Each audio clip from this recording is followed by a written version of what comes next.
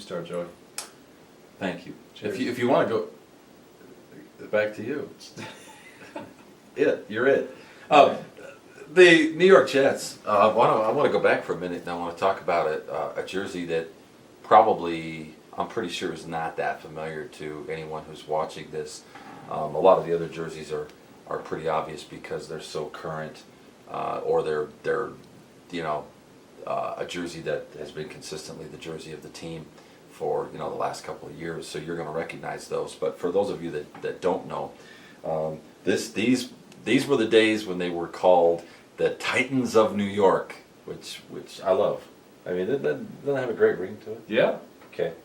The New York Jets were called the Titans of New York, and this happened to be their colors. And you got a really nice gold here, obviously, with some blue. It's showing the 50th anniversary AFC patch, Mickey, because we had eight teams, correct, that entered the AFC in 1960. And those teams are? Good Lord, I don't know what they are. You got 30 seconds. Ding! Dang! You know some I of guess them. the Jets were one of them. I'm sure I've heard of them, but I couldn't tell you which 8 they are. Okay. Well, there were the Kansas City Chiefs, and that entered the league in 1960 and one of the AFC teams. And what was so interesting, I think, about that was a team that Lamar Hunt moved from Dallas, where they were called the Dallas Texans, and they wore that uniform. Maybe you recall it. Remember seeing them in?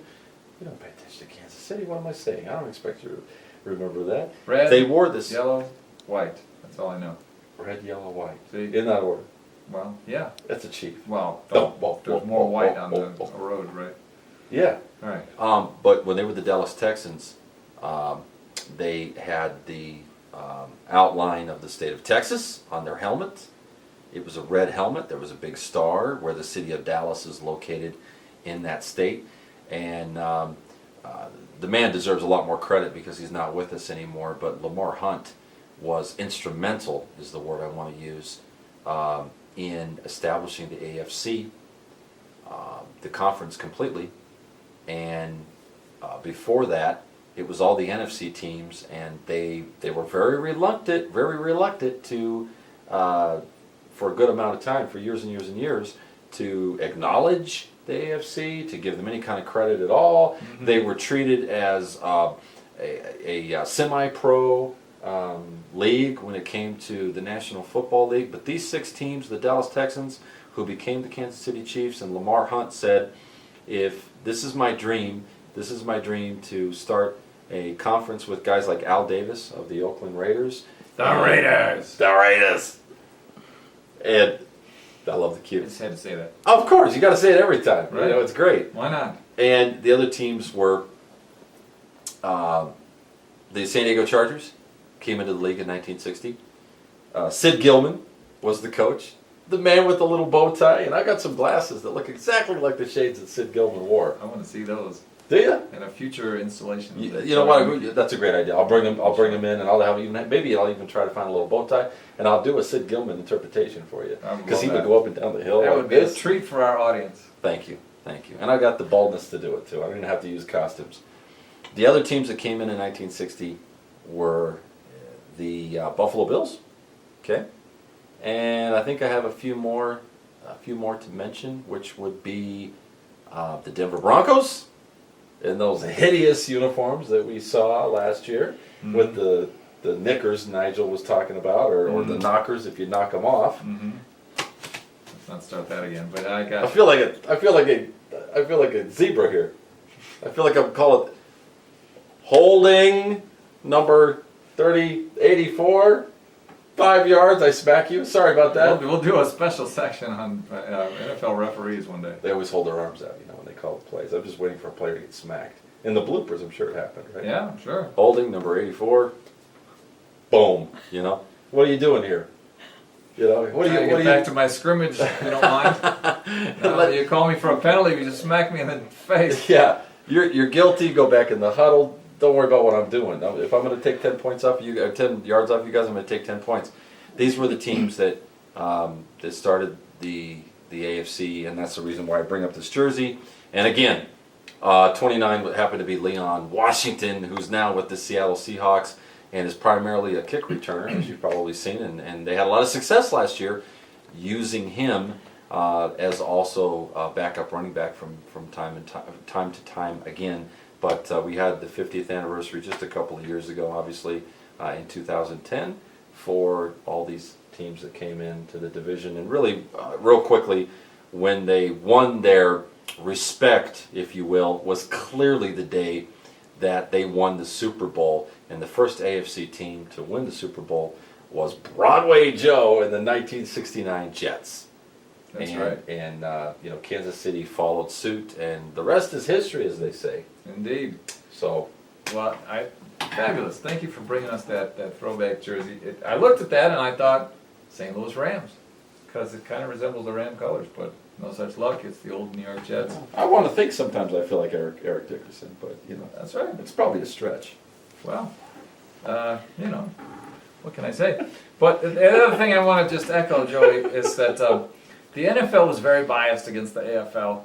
In fact, here, proof, exhibits A through, quadruple V, is the old issues of the NFL films. They were made with 100% bias in mind. The NFL is legit. We are the league, and we are the teams, and that's all you need to know. And there are these other guys out there that are amateurs, they're pretenders, they're posers, they're trying to learn. We don't accept them, we won't acknowledge them, and so the heck with them. I saw something on NFL Network or something, a guy on NFL films, but he was showing excerpts from and talking about the old NFL films that were made decades ago, before the merger and everything, and merger between the AFL and the NFL, right, where the AFL was absorbed into the NFL. And he admitted it. He said, yeah, we treated them like dirt. We didn't want to have anything to do with them. The reality is that the NFL felt threatened by the AFL. They didn't want competition. They didn't want. They wanted to still be the only game in town, and they knew that they were not the only game in town. And to the extent the AFL got better, they were less and less the only game in town. Well, they solved that problem by doing the merger. But I hear what you're saying about the bias that was always there against the AFL back in the day. The only team that I left out was actually out of that original 8 in 1960 that comprised the AFL was the Houston Oilers, and they started out with some pretty nice looking jerseys that went on to become more of a powder blue during the Earl Campbell days, which I'm sure a lot of viewers remember. But the other thing I wanted to say about this whole thing was the other turning point, which I think is worth mentioning, especially, is there were a couple of other players also that were drafted in the National Football League at the time, they called it, and even though those are the NFC teams today, Mike Ditka was one of those players that actually stepped over, so to speak, that chicken strike zone, and he was signed by an AFL team, and that's when he went to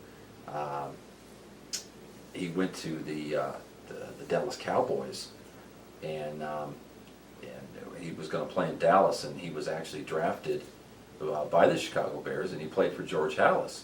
And long story short, I'll go into the details of that on another segment, but he was like, "You're not paying me enough," and sure, I'll step over.